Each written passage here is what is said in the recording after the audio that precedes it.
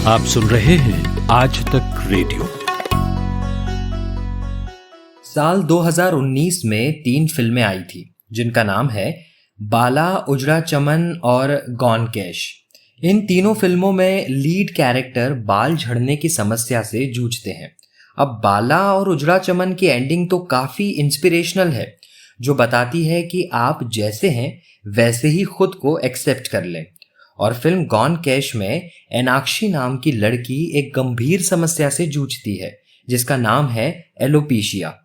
ये तो हो गई फिल्मों की बात, लेकिन असल जिंदगी में भी अधिकतर लोग बाल झड़ने की समस्या से जूझ रहे हैं। तो आज हेलो डॉक्टर में हम इसी पर करेंगे बात। Hello doctor. हेलो डॉक्टर आज तक रेडियो की एक खास सीरीज है जिसमें हम आपकी सेहत से जुड़े टॉपिक्स पर काम की जानकारी आप तक पहुंचाते हैं स्पेशलिस्ट डॉक्टरों से बात करके। यानी अलग अलग बीमारियों पर मशहूर डॉक्टरों का ज्ञान, उनकी सलाह घर बैठे आप तक पहुंचती है हर मंगलवार सुबह आज तक रेडियो पर।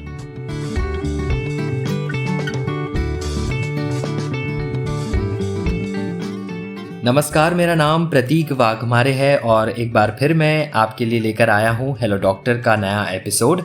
आप आज तक रेडियो पर इसे सुन रहे हैं। बाल झड़ने की समस्या आज के समय में सबसे कॉमन है, काफ़ी कॉमन है, खासकर लड़कों में। शहरों का पानी, हवा इतनी ज़्यादा दूषित है जो बालों को ख़राब करती है। कई लोगों की डाइट भी प्रॉपर नहीं होती जिस वजह से भी बाल झड़ने लगते हैं। वहीं कई लोग ये मानते हैं कि ये समस्या उनके कॉन्फिडेंस से भी जुड़ी है। बाल कम हैं तो वे ज़्यादा कॉन्फिडेंट फील नहीं करते। कई लोग इस वजह से स्ट्रेस में रहते हैं और स्ट्रेस भी एक वजह है बाल झड़ने का। अब देखिए, इसका एक इलाज तो यही है कि जो फिल्म की एंडिंग में बताया गया कि आप जैसे हैं वैसे ही खुद को एक्सेप्ट करें। लेकिन कई बार ये प्रॉब्लम बड़ी हो जाती है। एलोपेशिया नाम की एक बीमारी है, उस पर भी बात करेंगे, लेकिन इसका इलाज भी अवेलेबल है। जिनके बाल ठीक हैं वो अपने बालों की देखभाल कैसे करें ये बताएंगे। जिनके बाल झड़ना शुरू हो गए हैं वो क्या करें, सब बताएंगे। मैंने बात की doctor Arika Bansal, MBBS gold medalist, MD AIIMS new Delhi से है और को फाउंडर है यूजेनिक्स हेयर साइंसेस की।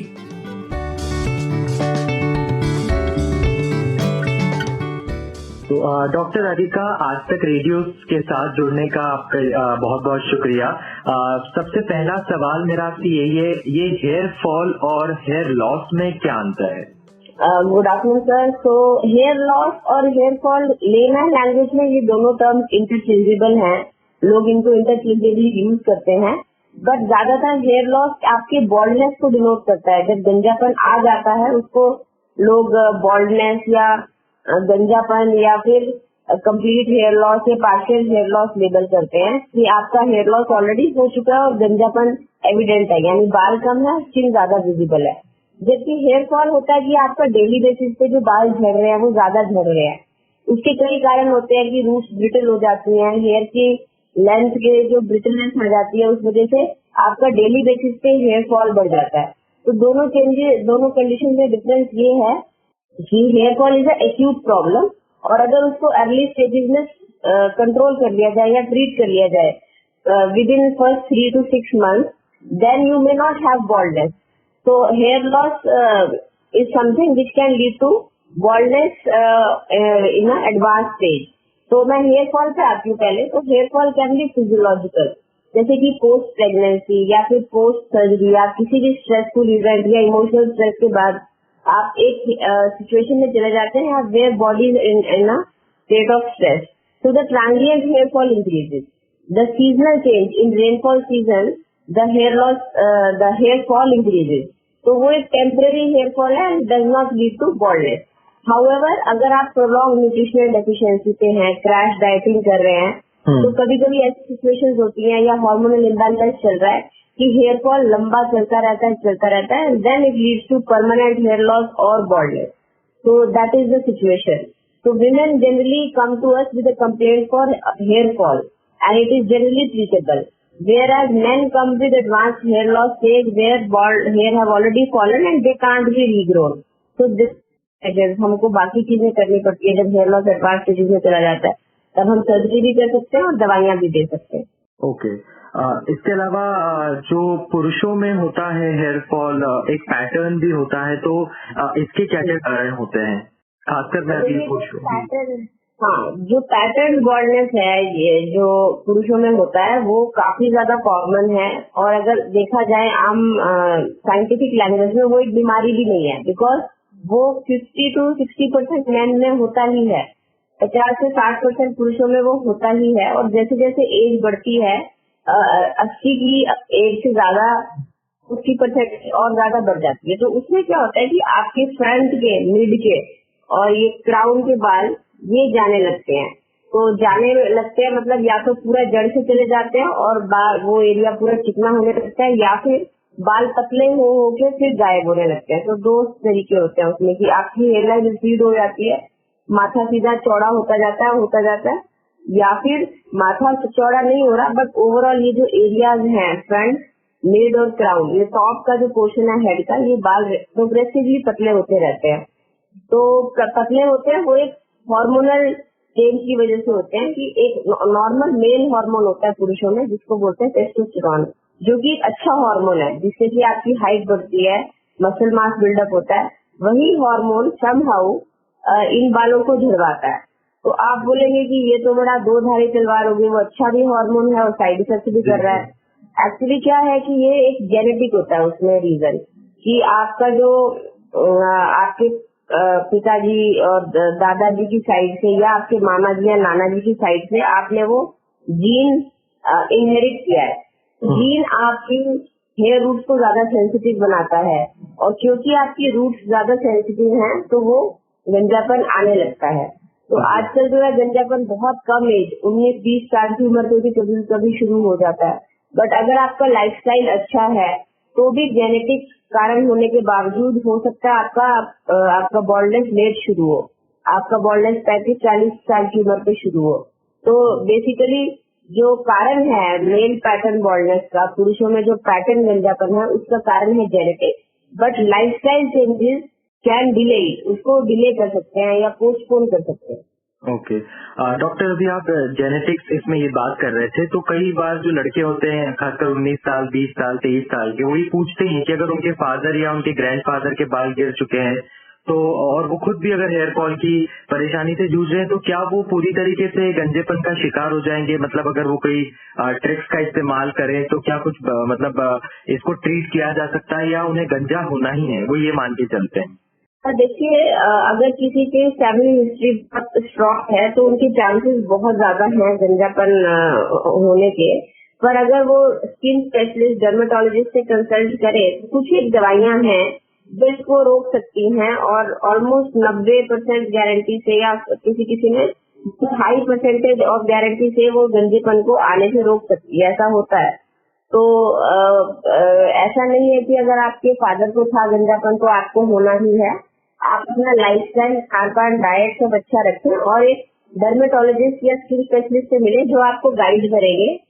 बहुत कम दवाइयां हैं ऐसी अवेलेबल जो कि इसको झड़ने से रोक सकती हैं, और वो प्रिस्क्रिप्शन पर ही लेनी चाहिए, अपने आप से नहीं लेनी चाहिए। और हर 3 या 6 महीने में डर्मेटोलॉजिस्ट से मिलते रहे तो आप उस गंजेपन को रोक सकते हैं। इसमें गलती ज्यादातर ये रहती है कि जैसे ही हेयर फॉल शुरू होता है लोग डॉक्टर को दिखा लेते हैं, 3-4-6 महीना दवाइयां ले लेते हैं, फिर उसके बाद वो छोड़ देते हैं। जैसे ही आप दवाई छोड़ोगे तो प्रोसेस ऑफ गंजापन फिर से शुरू हो सकता है। तो इसलिए अगर आपकी फैमिली हिस्ट्री बहुत स्ट्रांग है तो आपको उस ट्रीटमेंट पे लंबे समय तक रहना होगा, मतलब मिनिमम 4-5-6 साल तक रहना होगा, क्योंकि जब तक आप ट्रीटमेंट पर रहेंगे आप गंजेपन को प्रिवेंट और पोस्टपोन कर सकते हैं। इसका कोई परमानेंट इलाज नहीं है कि आपने दवाई का इतने दिन का कोर्स किया और आपका फिर गंजेपन का रिस्क खत्म हो गया। नहीं, गंजेपन का रिस्क लाइफ टाइम बना रहेगा। आपको जब जब आपका गंजापन फैल रहा है आपको उस टाइम पे दवाई का कोर्स करना होगा डर्मेटोलॉजिस्ट से मिलके। तो ऐसे बहुत सारी सिचुएशन मैंने देखी हैं। फादर को बहुत स्ट्रॉन्ग बॉल्डनेस थी, एडवांस बॉल्डनेस थी, गंजापन था, बट उनके जो बेटे हैं यंग एज से विजिलेंट होने के कारण उस गंजेपन को प्रिवेंट कर पाए हैं। इतना प्रिवेंट कर पाए हैं कि उनको ट्रांसप्लांट की जरूरत भी ना पड़ी, क्योंकि वो यंग एज से विजिलेंट थे और दवाइयां ले रहे थे। और बीच बीच में थोड़े टाइम के लिए दवाई छोड़ सकते हैं, लंबे टाइम तक दवाई नहीं छोड़ सकते। जी। आपको दवाई पे मोर और लेस रहना होगा। ओके। अच्छा डॉक्टर, एक और सवाल ये कि नॉर्मली तो कई लोगों के बाल झड़ते ही हैं, तो हमें ये कब पता चलेगा कि अब ये प्रॉब्लम बड़ी होती जा रही है तो हम अब डॉक्टर को दिखा दें? क्योंकि नॉर्मली 50-60 बाल तो दिन के शायद गिरते ही हैं। हाँ जी, तो 50-60 गिर रहे हैं तो ठीक है। अगर उससे ज्यादा गिरते हैं, 100 से ऊपर बाल एक दिन में झड़ते हैं, तो इसका मतलब आपको डॉक्टर को दिखाना जरूरी है। तो ये थोड़ा मुश्किल हो जाता है मेजर करना कि कितने गिरे। हाँ। तो कई लोग इसको कर पाते हैं कि आज सुबह 9 बजे से कल सुबह 9 बजे तक के जितने भी बाल झड़े, अगर आप उनको काउंट करते हैं क्वांटम, तो अगर वो 100 से ज्यादा है, 150-200 है, तो आप दूसरा सिचुएशन है कि जब आप फोटो लेते हैं और आपको दिख रहा है कि स्किन नजर आ रही है और हेयर पूरी तरह स्किन को ढक नहीं पा रहा है, तो भी एक सिचुएशन है कि आपको डॉक्टर को कंसल्ट करना चाहिए। इसके अलावा कुछ सिचुएशन होती हैं, स्किन की एलर्जी, डैंड्रफ, जो कि हेयर फॉल को टेम्परेरी तौर पर उठा सकती है, तो उनको भी आपको तुरंत डर्मेटोलॉजिस्ट से मिलकर ट्रीट करना चाहिए। ओके। तो 3 क्राइटेरिया बताए मैंने। एक तो डेली बेसिस का हेयर फॉल 100 से ज्यादा हो, दूसरा आपके बाल कच्चे उठते जा रहे हैं और फोटो में देखने पे आपको दिख रहा है कि स्किन नजर आ रही है और हेयर कम नजर आ रहा है जी। और तीसरा आपके स्किन में किसी तरह का एलर्जी या डैंड्रफ है। तो इन सिचुएशंस में आपको ट्रीट करना चाहिए एकदम से डॉक्टर से मिलके। ओके। अच्छा डॉक्टर अरिका, एक होम रेमेडीज कई बार बताई जाती है, जैसे नीम का पेस्ट लगा लो, तेल और कपूर मिलाकर उसे लगा लो, दही लगा लो। क्या लगता है आपको ये सब फायदेमंद है? कितना फायदेमंद है? नहीं सर, ये लगाने की जो चीजें है ना, ये बहुत ज्यादा फायदा नहीं करती है। लगाने की चीजों से आपका एक फील गुड फैक्टर आता है। जैसे आप बालों की लेंथ में अगर आप कुछ लगाते हैं प्रोटीनेशियस सब्सटेंस जैसे कि अंडा या फिर दही या फिर कुछ एलोवेरा पैक, ये सब जो लगाने की चीजें हैं, ये आपके हेयर की लेंथ को थोड़ा स्मूथ करेंगी, हेयर थोड़े मैनेजेबल हो जाएंगे, वो हेयर फॉल को नहीं रोकेंगे। हेयर फॉल को वही चीज रोक सकती है जो जड़ पे काम कर रही हो। और जड़ पे जो सबसे ज्यादा रोल रहता है आपकी डाइट का रहता है, नंबर 1। और विमेन में, लेडीज में तो ये डाइट का रोल बहुत ज्यादा है, क्योंकि डाइट में 2 चीजें आती है, मैक्रो न्यूट्रिएंट और माइक्रो। मैक्रो यानी हम कितना प्रोटीन और गुड फैट खा रहे हैं अपने डाइट में, और माइक्रो न्यूट्रिएंट्स में आते हैं हमारे विटामिन, मिनरल्स, अमीनो एसिड। तो ये दोनों एडिक्वेटली जा रहा है तो आप हेयर रूट्स को न्यूट्रिशन प्रोवाइड कर रहे हैं और आपकी रूट्स स्ट्रांग रहेंगी। दूसरा होता है हार्मोनल इम्बैलेंस। अगर आपका हार्मोनल इम्बैलेंस की वजह से बाल झड़ रहा है तो आप उसको हार्मोनल इम्बैलेंस को करेक्ट करिए दवाइयों से। तो दोनों चीजें जो हैं वो खाने की ही आपको हेल्प करेगी, डाइट और दवाइयाँ उसको स्ट्रांग करने में। लगाने के तेल, शैम्पू, जेल्स और जितने भी ट्रीटमेंट हैं, ये सिर्फ आपको फील गुड फैक्टर टेम्परेरी तौर पे काम करते हैं, ये हेयर फॉल और गंजेपन को ट्रीट नहीं कर सकते। अच्छा ठीक है। और डॉक्टर, कई लोग अब हेयर ट्रांसप्लांट की और भी, इसे भी एक अच्छा बेहतर विकल्प मानते हैं, अच्छा उपाय मानते हैं। आप इसे थोड़ा सा डिटेल में समझाइए, क्योंकि लोगों ने सिर्फ इसके बारे में सुना ही है, वो डिटेल नहीं जानते इस बारे में। जी हाँ, ये बात अच्छी पूछी आपने। ट्रांसप्लांट एक अच्छा सोल्यूशन है उन लोगों के लिए जिनका गंजापन इस स्टेज पे आ चुका है कि वो दवाई से रिवर्स नहीं हो सकता, नंबर 1। नंबर 2, हेयर ट्रांसप्लांट से आपको परमानेंट नेचुरल बाल मिल सकते हैं, जो कि देखने में घने भी लगेंगे और कोई देख के बता नहीं पाएगा कि ट्रांसप्लांटेड बाल है। आपकी जो फ्रंटल हेयर लाइन है जो कि आपके फेस को फ्रेम करती है, और साइड हेयर लाइन है जो आपके फेस को फ्रेमिंग प्रोवाइड करती है, वो आज की डेट में इतना हमारा एक्सपर्टीज और टेक्नोलॉजी एडवांस हो चुका है कि हम आपको बहुत ही अच्छा लुक दे पाए। तो जो लोग एक बात इम्पोर्टेंट इग्नोर कर रहे हैं वो ये है कि ट्रांसप्लांटेड बाल परमानेंट नहीं होते। इनको परमानेंट रखने के लिए दवाइयाँ खानी पड़ेंगी।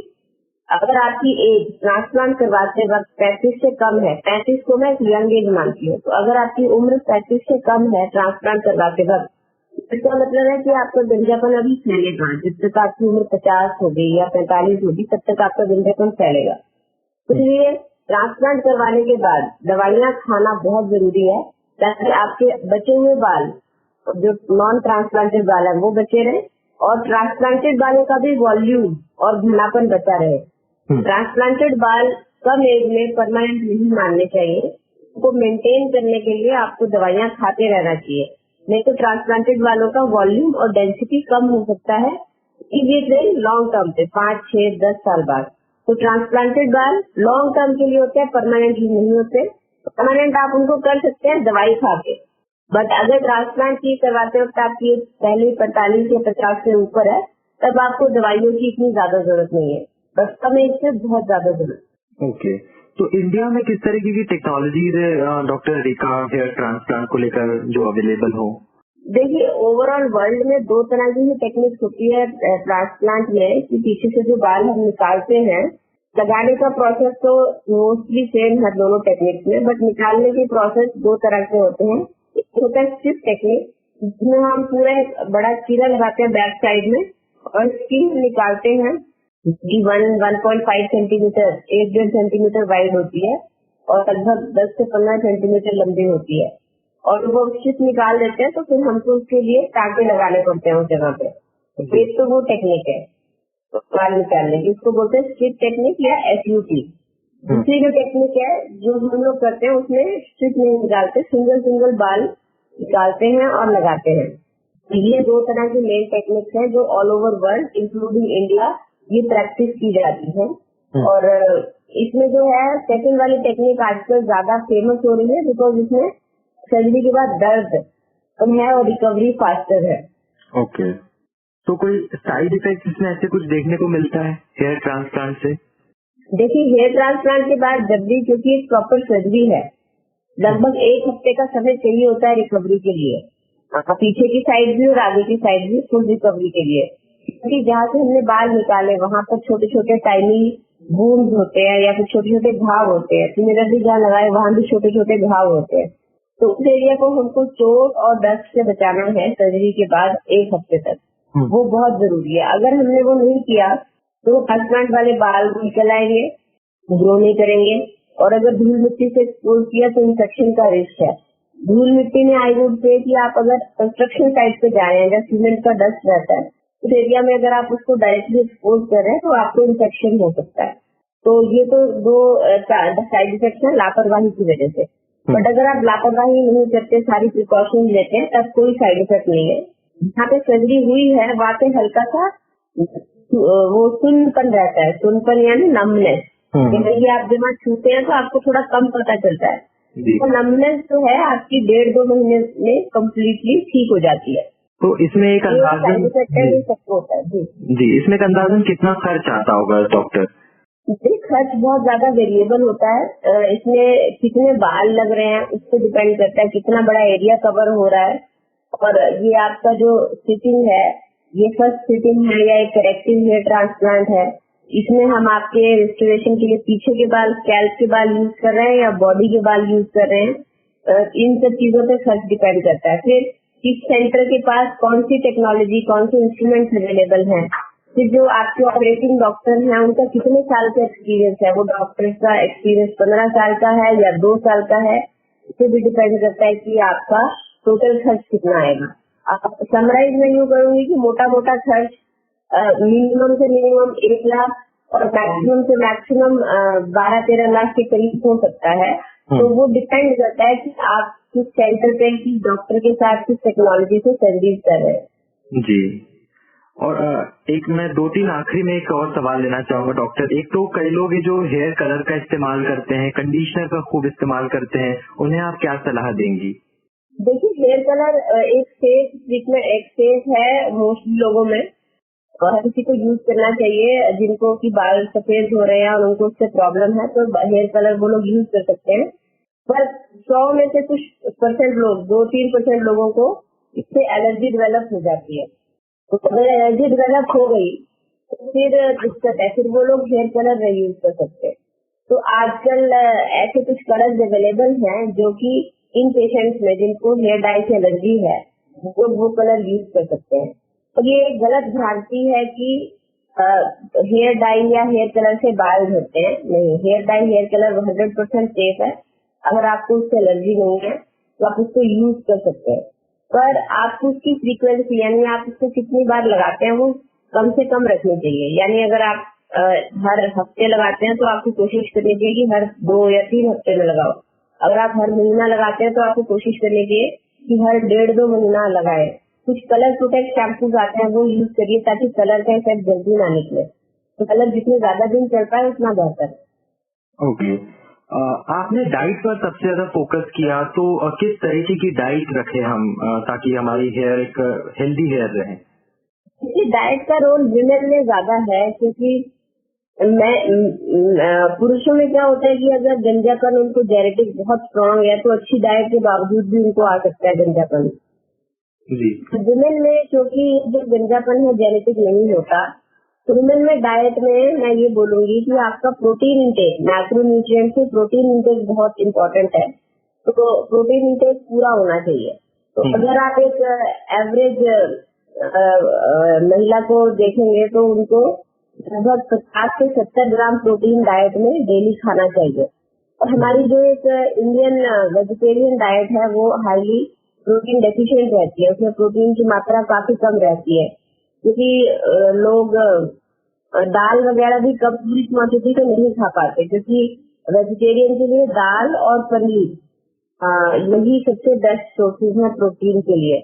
तो उनको पनीर पे ज्यादा फोकस करना चाहिए और लगभग 150 से 200 ग्राम पनीर रोज खाना चाहिए। बट अगर वो साथ में थोड़ा वर्कआउट भी करते हैं, जो कि हर किसी को आजकल वर्कआउट एक्सरसाइज करना चाहिए, तो उनके केस में कुछ दिक्कत हो जाएगी, उनको प्रोटीन रिक्वायरमेंट थोड़ी और बढ़ जाएगी। तो ऐसे केस में अपने डाइट को और हेल्दी बनाएं। पनीर के साथ दाल, बीन्स में आपके छोले, राजमा, सोयाबीन, ये सब चीजें आ जाएंगी। और इसके साथ आप आर्टिफिशियल प्रोटीन सप्लीमेंट्स भी ले सकते हैं। और पर अगर आप एग, अंडा खा सकते हैं और नॉन वेजिटेरियन फूड खा सकते हैं, तो वो भी एक बहुत अच्छे सोर्स ऑफ प्रोटीन माने जाते हैं। जी, आखिर में डॉक्टर अरिका, मैं एक चीज ये जानना चाहता हूँ कि कई लोग हैं जो अपने हेयर फॉल या हेयर लॉस को या गंजेपन को वो अपने एक तरीके से कॉन्फिडेंस को जोड़ के देखते हैं, और कई बार वो कहते हैं कि हम कॉन्फिडेंट फील नहीं कर पाते पब्लिकली, या कहीं हम इंटरव्यू देने जाते हैं। तो ऐसे लोगों की चिंताओं को आप किस तरीके से सुलझा सकती हैं? देखिए, ऐसे ही लोग हैं जिनको आज की डेट में सबसे ज्यादा हेयर ट्रांसप्लांट और ये हेयर लॉस ट्रीटमेंट की जरूरत है। तो इन लोगों को तुरंत ही डर्मेटोलॉजिस्ट को कंसल्ट करना चाहिए और एक डेफिनेट सोल्यूशन की तरफ ऑप्ट करना चाहिए। डेफिनेट सोल्यूशन जो है वो या तो दवाइयाँ होती हैं, अर्ली स्टेज में अगर आपके बाल के हो रहे हैं तो दवाइयों से आप उनको रोक सकते हैं गारंटीड, और रिवर्स भी कर सकते हैं। और अगर एडवांस हो गया है तो उनको ज्यादा सोचने की बजाय सीधा ट्रांसप्लांट पे जाना चाहिए, क्योंकि बीच की जो चीजें हैं, दवाई और ट्रांसप्लांट के बीच की काफी चीजें हैं, पीआरपी, मेसोथेरेपी, लेजर थेरेपी, और उसमें काफी महंगा खर्चा भी आ जाता है, टाइम भी लग जाता है और रिजल्ट भी नहीं आ पाता है। ठीक है, तो उनको एक डेफिनेट गारंटीड रिजल्ट की तरफ जाना चाहिए। अर्ली स्टेज में दवाइयों से और लेट स्टेजेस में ट्रांसप्लांट से इसको रोकने की कोशिश करना चाहिए। और अगर आपका कॉन्फिडेंस हैम्पर हो रहा है, जिस वजह से आपका कम अफेक्ट हो रहा है और आपका सोशल इंटरेक्शन अफेक्ट हो रहा है आपका कॉन्फिडेंस की वजह से, तो आपको ट्रांसप्लांट जल्द से जल्द कर लेना चाहिए, मेरा ऐसा मानना है। Okay, thank you so much doctor areca, आपने हमारे इतने सारे सवालों के आसान भाषा में जवाब दिया। आपका बहुत बहुत शुक्रिया हमसे बात करने के लिए। Thank you ji, thank you. उम्मीद है आपको आज के हेलो डॉक्टर के इस एपिसोड से खूब सारी जानकारियाँ मिली होंगी। फिलहाल इस पॉडकास्ट में बस इतना ही। आप हमसे कुछ कहना चाहते हो, कोई सलाह, सुझाव, शिकायत या कोई सवाल हो तो आप हमें भेज सकते हैं। आप लिख सकते हैं radio@aajtak.com पर, ये हमारा ईमेल पता है। आप हेलो डॉक्टर को Hubhopper, Google podcast, Apple podcast, Spotify, Jio Saavn, Pocket Cast जैसे तमाम प्लेटफॉर्म्स पर भी सुन सकते हैं। अब मुझे यानी प्रतीक वाघमारे को दीजिए इजाजत और सुनते रहिए आज तक रेडियो। नमस्कार। दिन भर की हलचल के बाद जब शाम ढल जाए तो चले आइए आज तक रेडियो पर। खबरों के सबसे अहम पड़ाव तक ले चलेंगे आपको। तसल्ली से बताएंगे कि दिन में हुआ क्या, और जो हुआ उसका मतलब आपके लिए क्या था। फील्ड पर रहने वाले रिपोर्टरों की फौज है हमारे पास, एक्सपर्ट्स का जखीरा है। ये सब होते हैं इस डेली न्यूज़ एनालिसिस पॉडकास्ट में, जिसका नाम है दिन भर। सोमवार से शुक्रवार हर शाम आज तक रेडियो पर।